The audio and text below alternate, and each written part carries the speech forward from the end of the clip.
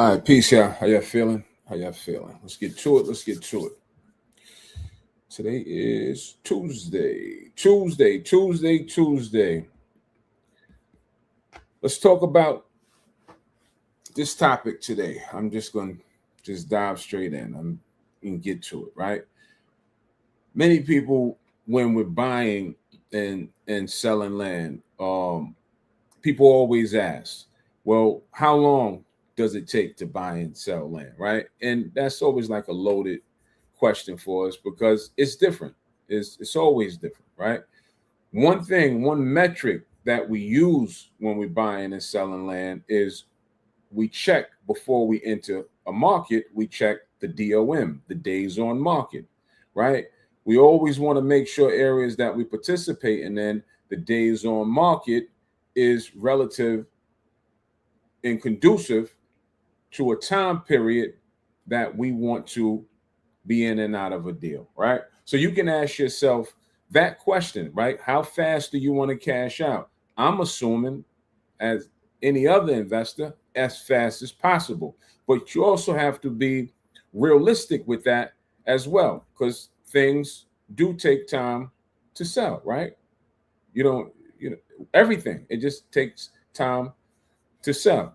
So realistically, a time frame for us is something that we teach our students is that I like 100 days and under. So theoretically, if that metric holds to be true, we should expect to be in and out of a deal anywhere from 0 days to 3.5 months, right? If that holds true. Clearly, it can go really fast or it can take longer. If we've completed 500 to 600 deals, we've seen all type of time spans. The fastest we ever sold the deal was 2 hours, right? The longest we held, 6 months, 8 months. It just depends. Every transaction that we bought in the existence of the Acre Boys, they all wasn't smooth. I mean, clearly you should know that. You get better by doing things wrong. We haven't always done everything right. So days on market is something that we teach. Days on market is something that we highly recommend that you check before investing in any neighborhood, because you don't want to invest in a neighborhood and the days on market up front says that things are sitting on the shelf in this particular market 200 days, 300 days. Then that means that beforehand, us knowing it's going to take us a long time for us to get our money. Unless, right, because you can park money in land, right? You can park money in land. If that's your strategy, then have at it. Certainly not my strategy. I like speed more than I like max profit. That's just me. I like speed more than max profit. And there's two reasons why we found that land typically doesn't sell. Two reasons, top two reasons, right? One, something is wrong with it. So this is why we always constantly preach education, because the business is done on the front end. The evaluations are done on the front end. You need to get that right before you purchase. Once you purchase from an auction or a person or a landowner, you are now then the said owner. You can't try it out for size, then return it. So this is why constantly education. So when you do decide to invest, you're buying something that's going to be a valuable piece, whether that's for personal use or whether that's for making profit off of it. Two reasons we've seen that it typically doesn't sell. Just mentioned one, something's wrong with it. Have we bought land and found out something was wrong with it out of 600 transactions, 500 to 600? Of course. And we had a hard time selling it. I'll give you a brief story about one piece that always sticks out to me. Early on in our career, year 2, something like that, maybe going into year 3, I used to think, well, maybe like year 1, because when we first came in as Daisy Fresh rookies, I used to think that if I saw a vacant lot and it was cleared, that it was a good lot. And that may not be true. So we were at a tax sale auction, and I came across a property on the list. It was close to, it was about a half an acre, 0.60. And at that time, that's what we were buying. We were buying smaller lots, infill lots. And this lot, the grass was cut. It was in a nice neighborhood, nice homes around it. I just swore that this was a valuable lot. I didn't know much. But now, see, it's nothing like experience, because anytime you go into a really nice neighborhoods and there's houses all around, from especially at an auction, and there's houses all around it, and this is that one isolated lot, first thing that we think these days is why? How did this one make it to the auction in such a nice neighborhood? See, when you're new, you kind of just want to make money, so you don't think, or you don't know to think like that. Because if the lot is so valuable, why hasn't somebody figured it out in this nice neighborhood? So we bought it. Thankfully for us, it wasn't like we paid, 30,000 or anything like that for the lot. It was a small lot. Maybe we paid 2,500 for the lot, something like that. But I didn't know to look up in the air, because even on the images that were provided before we purchased the lot, you can see in the images that they had electric lines right over the property, and those electric lines, they flowed on a straight line.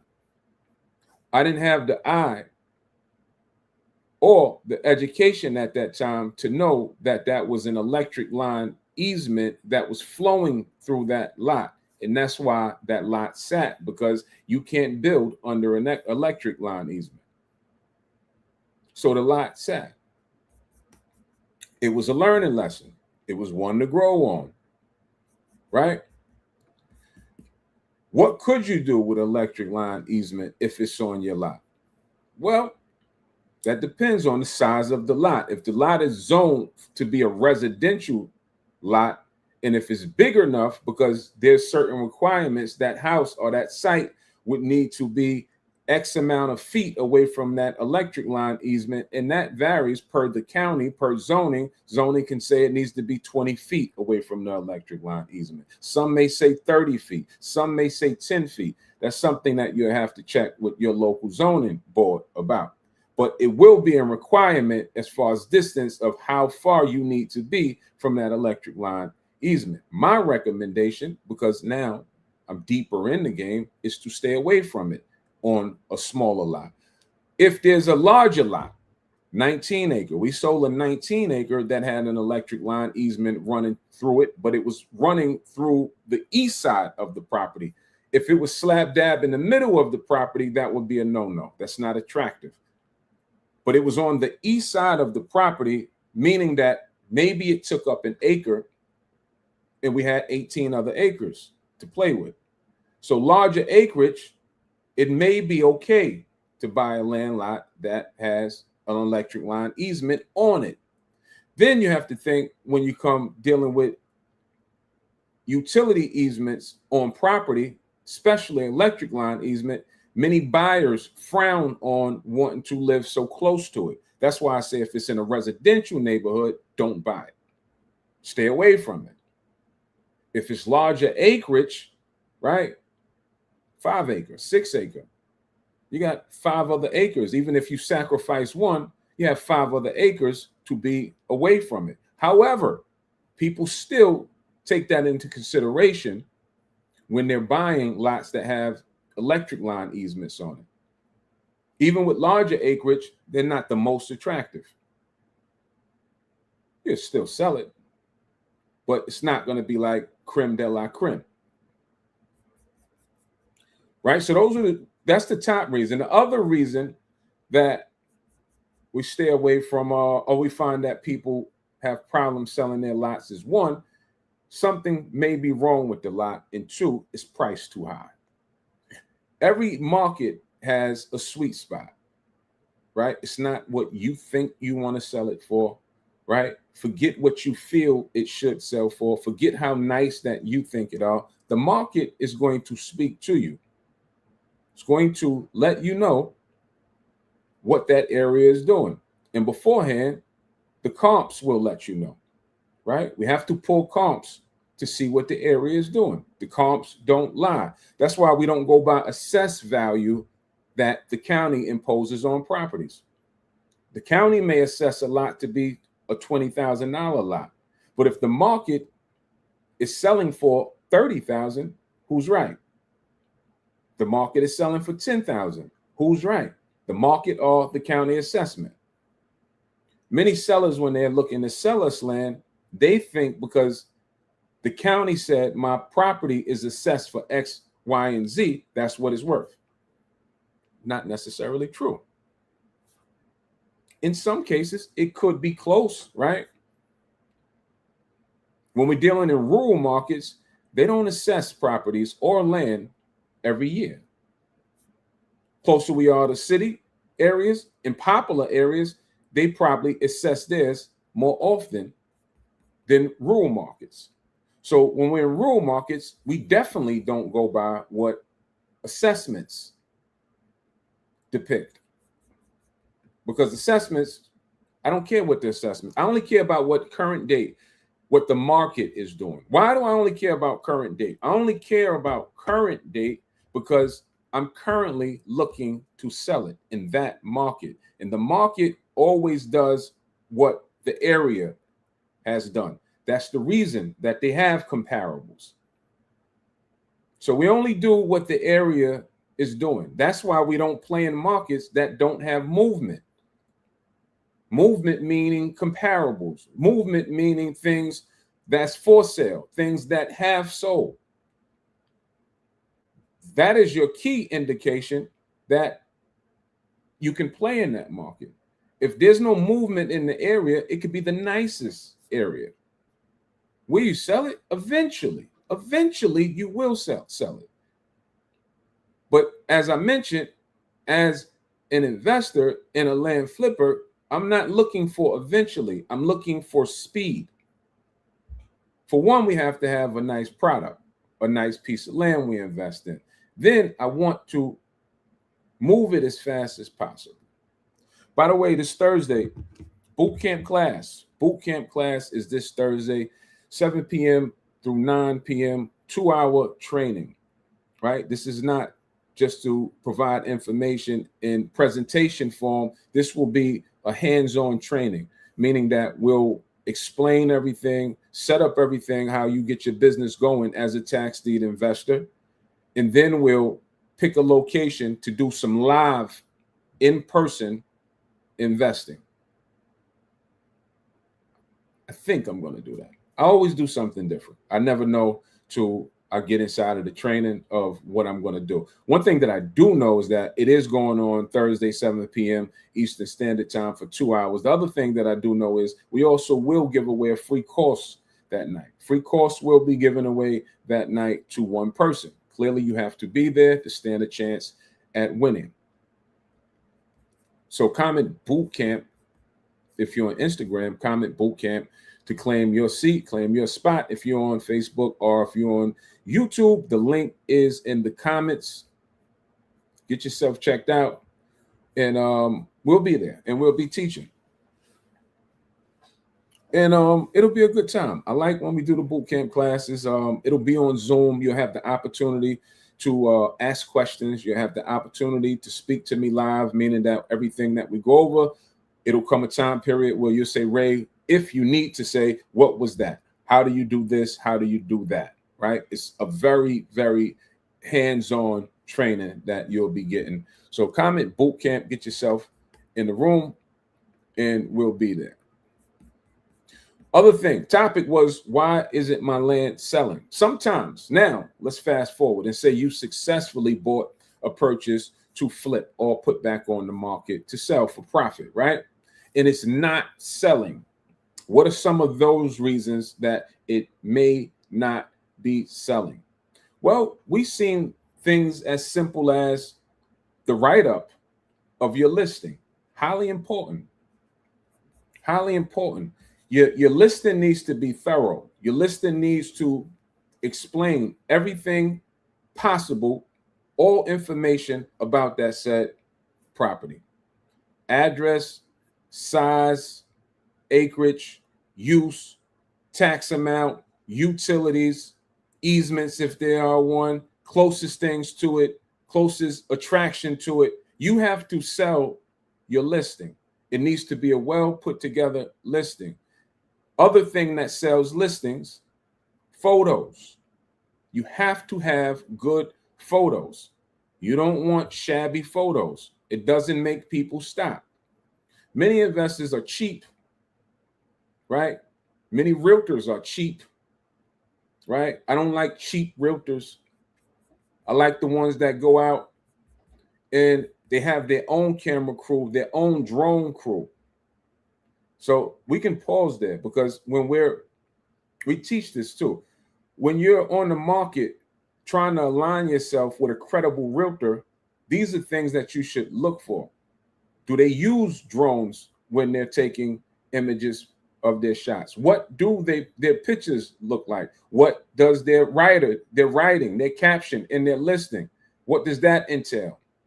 Right? You can tell the ones that's really, we work with all of them. We work with some of the top land brokers and regular people that sell land. Because I can't call a regular realtor a land broker, right? Most people that sell houses usually stick to that. Some attempt to do a duality of both. And then we have straight land brokers to where they only touch land.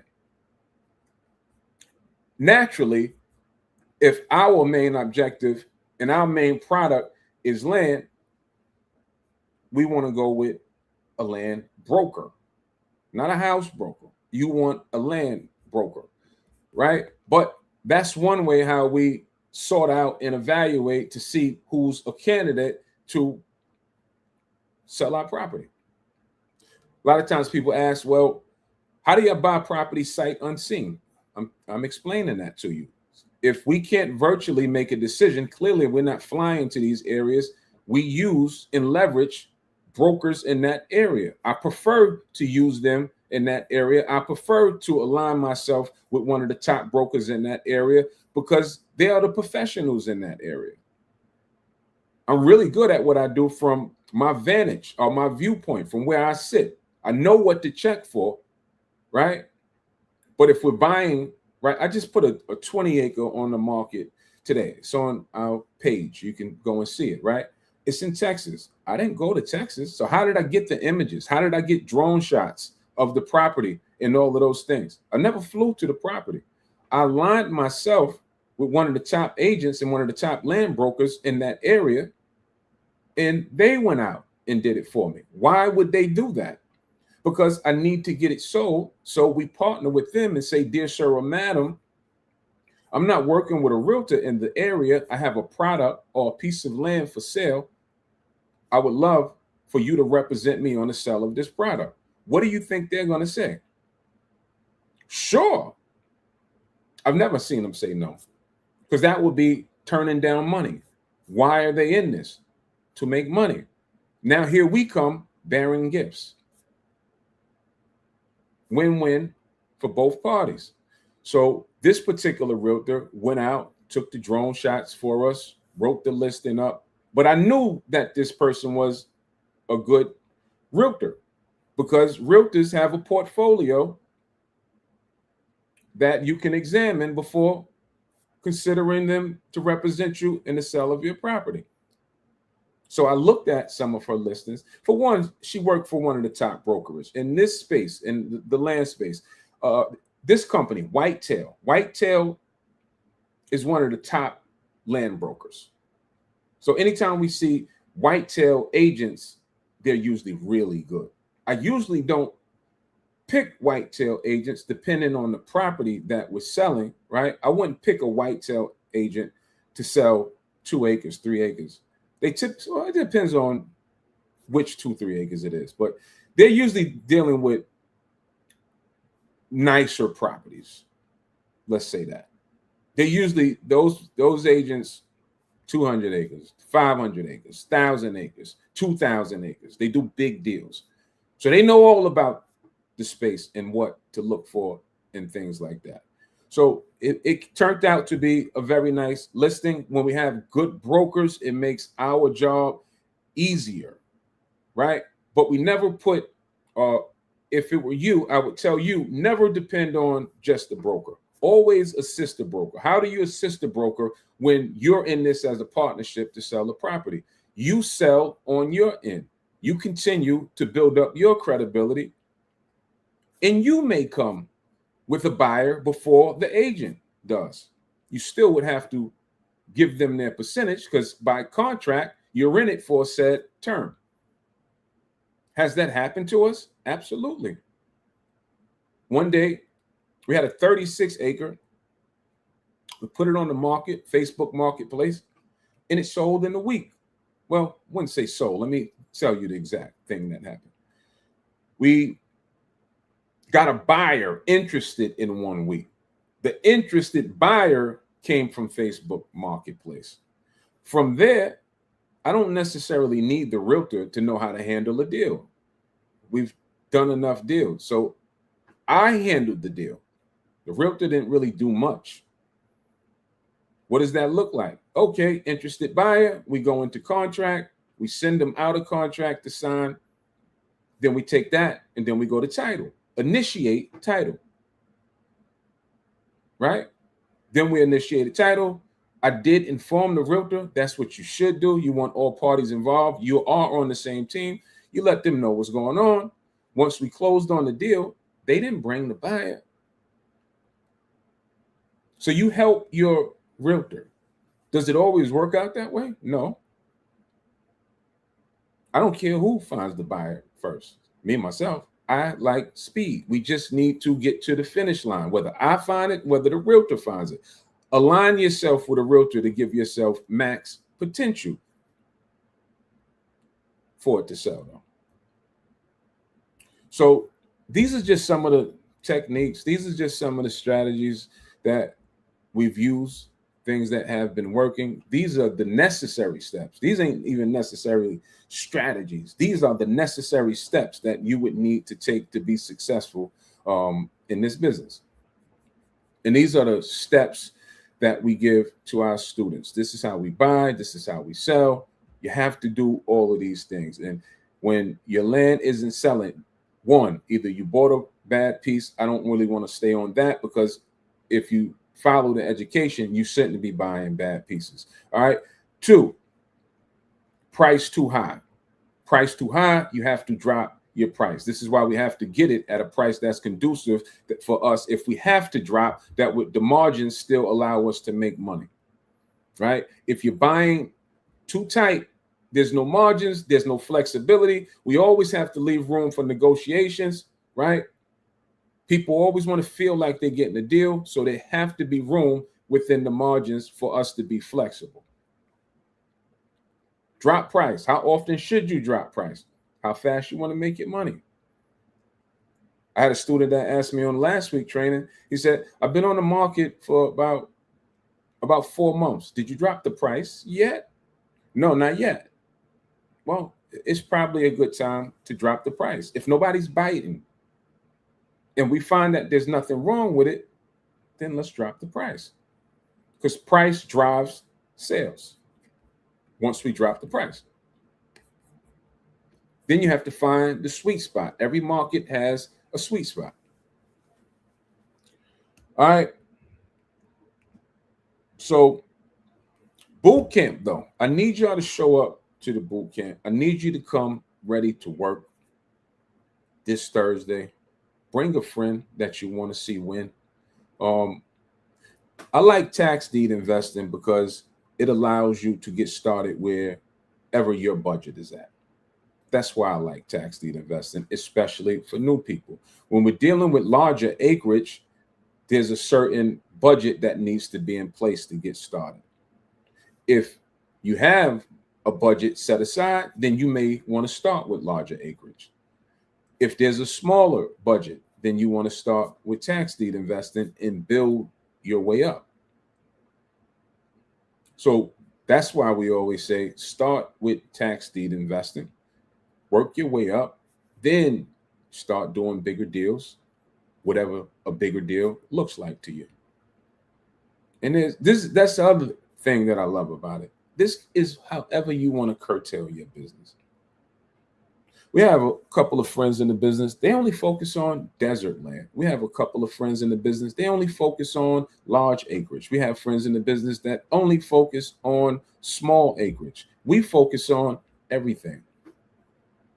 For me, in my company, I'll buy a deal, desert land, large acreage, small acreage, tax deeds, long as it's a good deal. I'm not bogged down to any specific type. I will tell you what the best product for us, best product, selling product for us is mobile home use land. Mobile home use land, we can't keep that in inventory. So while most suburban and urban people don't see the value in mobile homes or mobile home use land, I don't know what to say about it, but you get your hands on land that's zoned for mobile homes, you can make a lot of money. It always sells. And it sells fast. Why does it sell fast? It sells fast because it gives people the flexibility and the options to be able to do what they want to do with their property. Just because it's zoned mobile home doesn't mean that you have to put a mobile home on it. It just gives you the flexibility that if you wanted to put a mobile home on there, you can. Can you build on it a stick-built home? Naturally, you can. And there's a set audience that they don't want to be confined or restricted to what they can do with their land. And that's why that product sells really well. Typically, when it's zoned mobile home land, though, just from experience, they're typically looking to put a mobile home on it. Because mobile homes are cheaper than new construction. Mobile homes can be very nice. Culturally, I don't know why we just don't understand the mobile home game. There's no trailer trash. They're not making mobile homes like that no more, like a lot of people have that stereotype. That would be ignorant. These mobile homes these days are nice.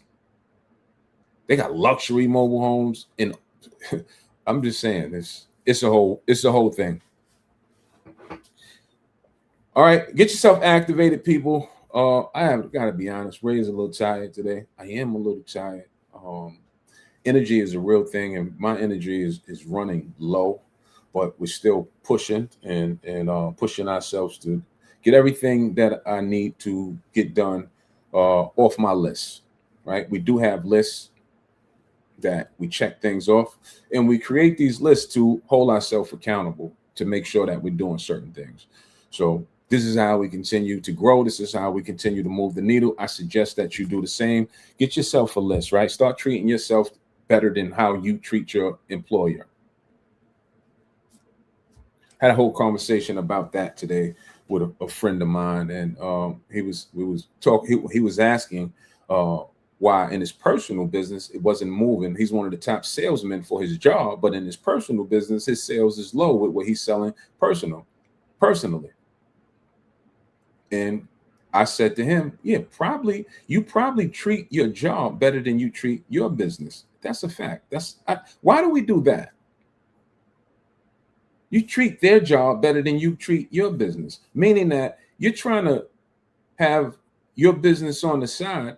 Why don't you have a schedule for your personal business the same way you're on schedule for your place of employment? Your place of employment say be there at 8, you're there faithfully 365 days, or however many days you work, you're there faithfully on time. They say eat at 12, you abide by that. Then you have your own thing that you personally run, then you won't put yourself on a schedule.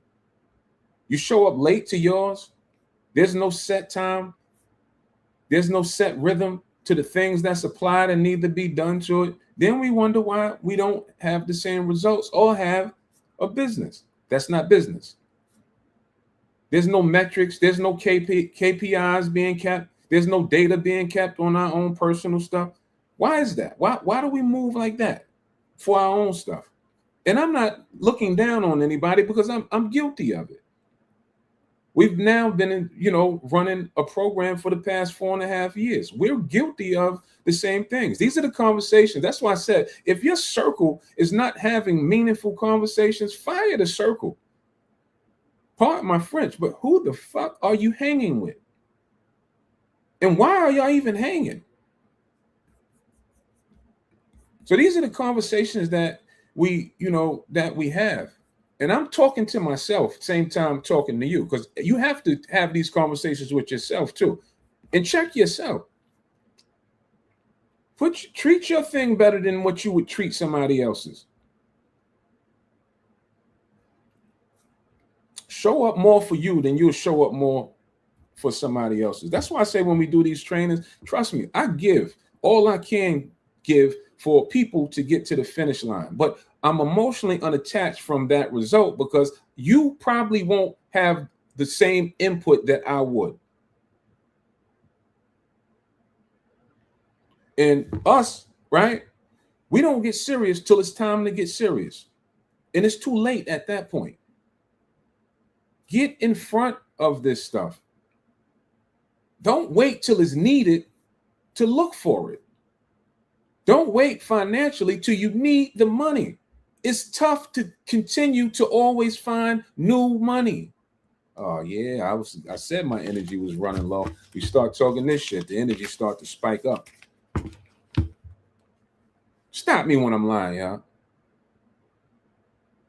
We just got bad habits. It's hard to create new money. That's not an easy thing. And we be acting like shit don't be serious. We be acting like we got all kind of options at our disposal. And we don't. Most of the things that's, winning, there's a whole agenda to keep us out. I did a post talking about, and I knew it was going to get the reaction and I opened up the post and I said, people don't want to hear that shit when I say, don't go to the Jay-Z concert. Although further in the post, I said, it's not about not going. It's okay to go. It's about how we're going. It's about the balance of entertainment versus whatever else that you have going on. There's typically no balance. How much do you or we need to be entertained as opposed to educated? Assets versus liabilities. You're entertained out. Social media entertains you. TV entertains you. Sports entertain you. How much education is in that equation? We just mentioned KPIs. We just mentioned showing up for your business better than you show up for somebody else's business. That's the balance that I was talking about. Guys rush home. Guys set agendas on the weekends to go drink and watch the game. But don't ever set an agenda to go sit down and have a conversation with them and their homeboys about what they can do together to win. Women too. But you'll call me to hang out and do nothing.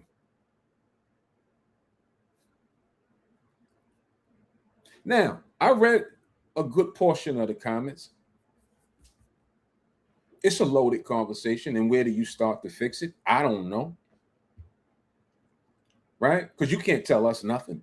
Who are you to tell me about what I should do with my money? You're right. You are right. A person that can't take advice, you'll fall victim to your own devices. You are right. I'm the person, if you can school me with anything intelligence, I'm all ears.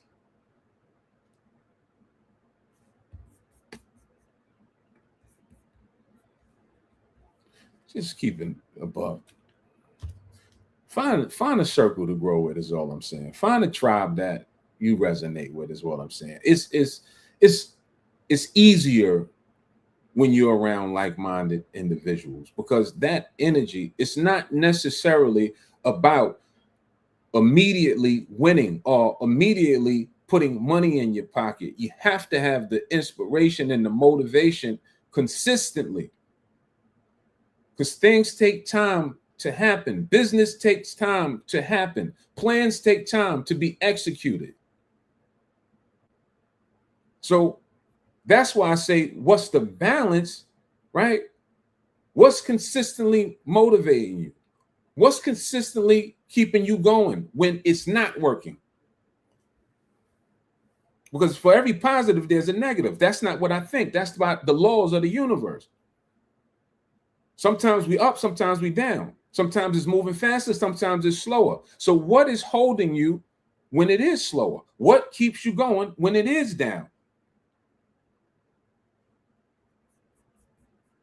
Now, if you want to tell me entertainment, that's why it stays, you stay where you are. Entertainment is not designed to do that.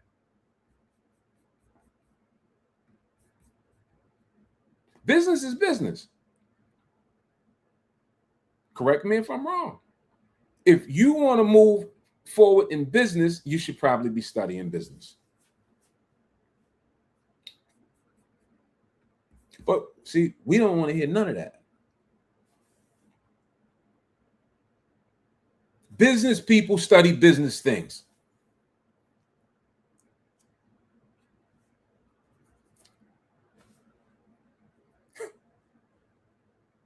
I got good at the language of land investing by doing it. That's it. And if you do anything consistently long enough, eventually your IQ in that subject should go up. Been on this live for 37 minutes straight. I didn't take a pause from speaking. How did we get, see, I didn't even say I'm good at this, but I know I'm decent. How do we get decent at even speaking? By doing it. I don't have a trainer. I just do it. Then over time, you look up and say, oh, wow, I've improved. So it's not like this magic wand that we be thinking it is, right? It's just consistency. I always give the analogy of your job. You've been on your job, whatever, 2 years, 5 years, 10 years. You don't have the same struggles that you had in the first 30 days.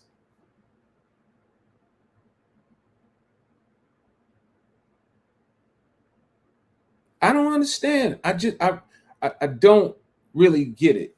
And I know, like, I'm in a bubble, especially the last couple of years, but I don't understand how we view things and expect to get things without.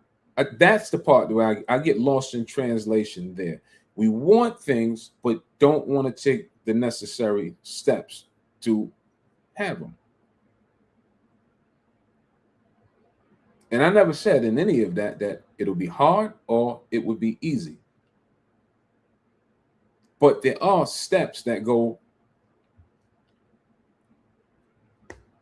like, you want to be a land investor, there's steps. What steps are there? First, you probably want to get some knowledge about the space. Then you probably want to book a call or reach out and find a mentor, teacher, whether virtual, whatever you deem to be teaching, whatever you think that will get you comfortable to say, I'm all in. Then you need to be all in, because we be lukewarm with stuff. You put your right foot in, you put your right foot out, and you think, do the hokey pokey. Man, that don't work. Like,